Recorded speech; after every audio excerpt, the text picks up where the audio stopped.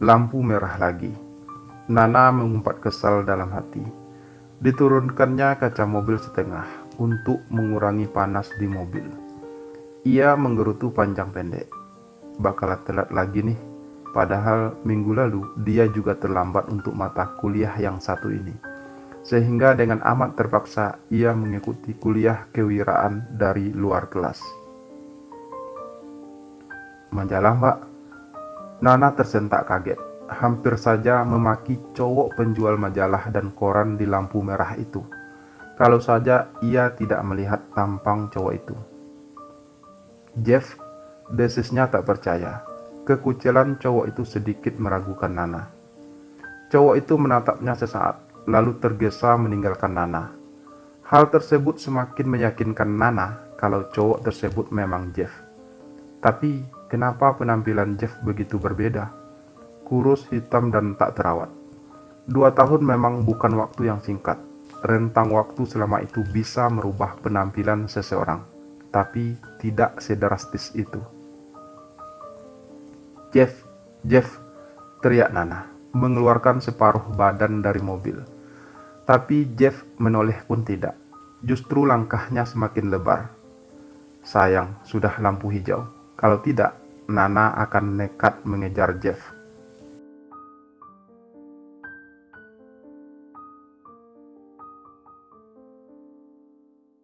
Siang ini Nana tidak ada kuliah. Diputuskannya untuk datang lagi ke perempatan kemarin. Agar lebih mudah, sengaja ia tak membawa mobil. Semalaman Nana tak bisa tidur. Pertemuannya dengan Jeff kemarin telah membangkitkan kenangan lama yang dengan susah payah ia timpah di dasar hatinya. Tapi pertemuan tak terduga itu telah mengobrak-abrik semuanya. Siapa sangka mereka justru bertemu di sini. Saat Jeff menghilang, seluruh pelosok Bandung sudah ia jelajahi. Pantas nggak ketemu. Nggak taunya ia ada di Medan. Nana berbaur di antara pedagang asongan yang banyak itu. Matanya jelalatan mencari Jeff. Matahari tepat berada di atas kepala. Tapi Nana tak peduli, asal ia dapat bertemu dengan Jeff. Nah, itu dia. Langkah Nana lebar. Jeff berdiri di pinggir jalan dengan tumpukan majalah dan koran di tangan. Menunggu lampu merah tiba, lalu akan bergerak cepat menjajakan dagangannya dari mobil ke mobil begitu lampu kuning berganti merah. Sekarang Jeff ada di depannya. Lampu merah. Nana urung memanggil. Diperhatikannya Jeff yang menawarkan dagangannya ke beberapa mobil yang kacanya terbuka. Bukan membeli, justru kaca itu semakin menutup penuh. Tak satu pun dagangan yang terjual. Jeff mengusap peluh di wajahnya yang hitam. Tersentuh hati Nana. Ia tahu siapa Jeff. Cowok pemalu yang tak biasa hidup keras dan susah. Jeff menatap Nana, mengernyit sesaat lalu membuang muka. Langkahnya berbalik menjauhi Nana. Nana mengejar dari belakang. Jeff, disentuhnya pundak Jeff dari belakang. Cowok itu berbalik menatapnya. Maaf, kamu salah orang. Aku bukan Jeff. Kalau bukan Jeff, lalu kamu siapa? Kurasa itu bukan urusan kamu, ujarnya tanpa menatap Nana. Berbalik dan berjalan menjauh. Kamu pengecut, Jeff. Pergi tanpa pamit. Lalu sekarang kamu pura-pura gak kenal. Apa salahku? Teriak Nana parau. Di luar dugaan, Jeff berhenti, berbalik menatap Nana. Kamu gak salah. Aku juga tak bersalah. Keadaanlah yang memaksaku harus pergi. Perlahan suara Jeff. Mereka duduk di halte tak jauh dari lampu merah tersebut. Berarti kamu tak mengenal aku seutuhnya. Perbuatan papamu itu tak akan mengubah hubungan kita. Bagimu mungkin, tapi tidak dengan keluargamu. Apa maksudmu? Lupakan saja. Jangan membuatku bingung, Jeff. Tak ada gunanya, nah, jika kukatakan tak akan merubah apapun yang sudah terjadi. Tapi setidaknya bisa membuatku mengerti mengapa kamu pergi tanpa pamit. Aku tak ingin mengingat semua itu lagi. Bagiku, itu merupakan masa lalu yang sudah terkubur dalam-dalam. Miris hati Nana mendengarnya. Tragis sekali. Bagi Jeff, dirinya cuma masa lalu yang sudah terkubur. Sementara dia selalu mengais-ngais masa lalu itu, berharap suatu hari mereka kembali bertemu. Semudah itu kamu melupakanku? Kita sudah jauh berbeda, nah. Lihat saja, aku bagai gelandangan dekil, sementara kamu bagai putri raja. Semua mungkin sudah berubah, tapi tidak dengan hatiku. Waktu akan mengubah segalanya. Tak akan ada yang mampu merubahnya. Jeff menghela napas. Mencintai Nana adalah hal yang sangat menyenangkan, dan memiliki cinta gadis itu merupakan hal terindah dalam hidupnya. Tapi itu dulu, sebelum semuanya berubah. Bukan salah orang tua Nana jika menentang hubungan mereka. Juga bukan salah papa karena memanipulasi uang perusahaan yang menyebabkan Jeff menjadi hina di mata siapa saja. Jeff tak berhak menghakimi papa. Sudah begitu banyak yang menghakimi papa. Apalagi papa sudah menebusnya dengan masuk bui. Lalu pergi jauh ke istana Tuhan karena tidak tahan hidup menderita di dalam sel. Juga bukan salah mama jika memilih mengakhiri hidup dan meninggalkan Jeff sendirian daripada melarat dan malu. Bukan salah siapa-siapa. Kalaupun ada yang harus disalahkan, mungkin cintanya yang salah berlabuh. Dia dan Nana memang sudah tak sebanding, tapi mereka mencoba mengabaikan hal itu. Hingga papa Nana merasa perlu turun tangan. Dengan wajah memelas memohon, "Tolong tinggalkan Nana, dia anak Om satu-satunya. Om ingin dia mendapat pria yang pantas dan sepadan dengannya." Jeff tak berhak tersinggung. Untuk sakit hati saja ia tak pantas. Karena benar yang dikatakan papa Nana. Tapi Jeff masih punya harga diri, dan dia harus menyelamatkannya, karena hanya itu yang ia punya. Kebersamaan memang kebahagiaan, tapi jika mereka tetap bersama, Jeff hanya akan memberi kesedihan bagi Nana di suatu hari nanti. Dan jika memang perpisahan membuat Nana kelak akan bahagia, Jeff memilih untuk pergi, diam-diam, tanpa ada kata perpisahan, juga penjelasan mengapa ia harus memilih jalan itu. Semua sudah berakhir.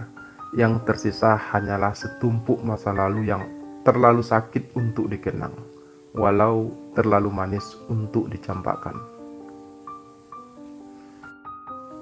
Aku sayang kamu, Jeff, selalu dan untuk selamanya. Jeff menggeleng dengan pandangan miris. Jangan ucapkan itu, nah, terlalu sakit buatku. Kenapa? Jeff menggeleng, mundur 3 langkah. Lantas berbalik dan berjalan tergesa meninggalkan Nana.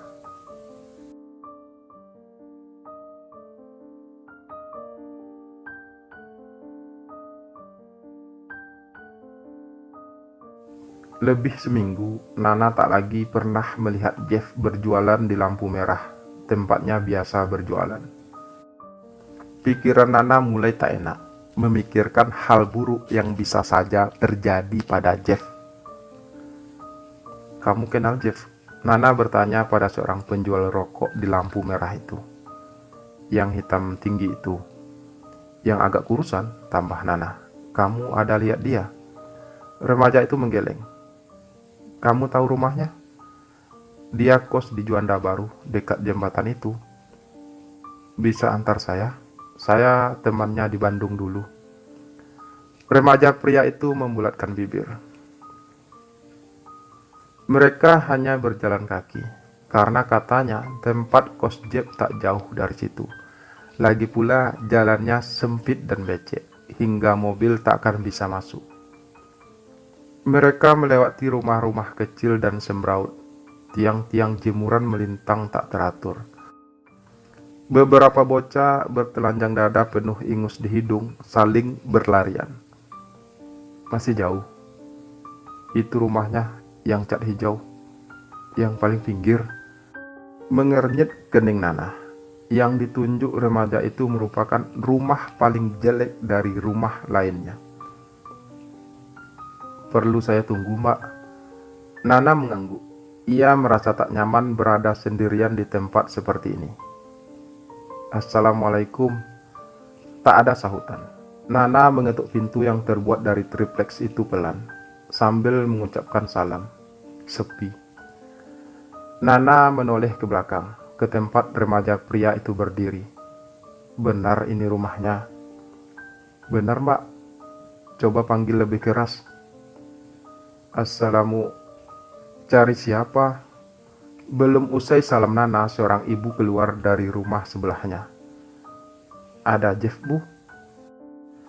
Wanita tua itu menatap Nana dengan mata memicik, membuat Nana berdiri kian kikuk. Benar ini tempat kos Jeff, Bu? Ulang Nana memastikan. Jeff udah pergi seminggu yang lalu. Nana tercekat. Pergi kemana? Ibu kurang tahu, tapi dia bilang ingin mencoba mengadu nasib ke Batam atau Jakarta. Lemas seluruh tubuh Nana. Untuk kedua kalinya, Jeff pergi tanpa kata perpisahan. Teganya. Padahal asanya yang selama ini sudah berkarat baru saja diasahnya kembali. Tapi ternyata... Setelah mengucapkan kata permisi, Nana berbalik langkah. Sekuat hati ia menahan agar tangisnya tak tumpah. Nak, tunggu dulu. Wanita tua itu menahan langkah Nana. Ibu sepertinya sering melihat kamu, tapi entah di mana. Wanita itu terlihat berpikir keras, lantas mengambil sebuah kunci dari balik bajunya yang usang. Kemari, Nak, panggilnya setelah membuka pintu kamar kos Jeff. Nana melangkah masuk, matanya terbelalak. Foto-fotonya yang ia berikan pada Jeff sewaktu di Bandung tertempel di segala sisi. Ini foto-foto kamu kan? Nana hanya mengangguk. Jeff pernah cerita, karena gadis di foto inilah dia tetap semangat untuk hidup. Tapi kenapa dia pergi lagi? Serak suara Nana. Ibu juga heran. Jeff pergi begitu tiba-tiba. Ketika ibu tanya kenapa dia tak membawa foto-foto ini, dia bilang dia juga pergi untuk melupakannya. Karena dia semakin sadar, katanya bagai mengharap bintang untuk kembali memiliki gadis itu. Nana terisak, berkelebat bayangan wajah Jeff di matanya. Tak ada yang berubah, Jeff. Andai saja kamu terbuka padaku. Rintih Nana dalam hati.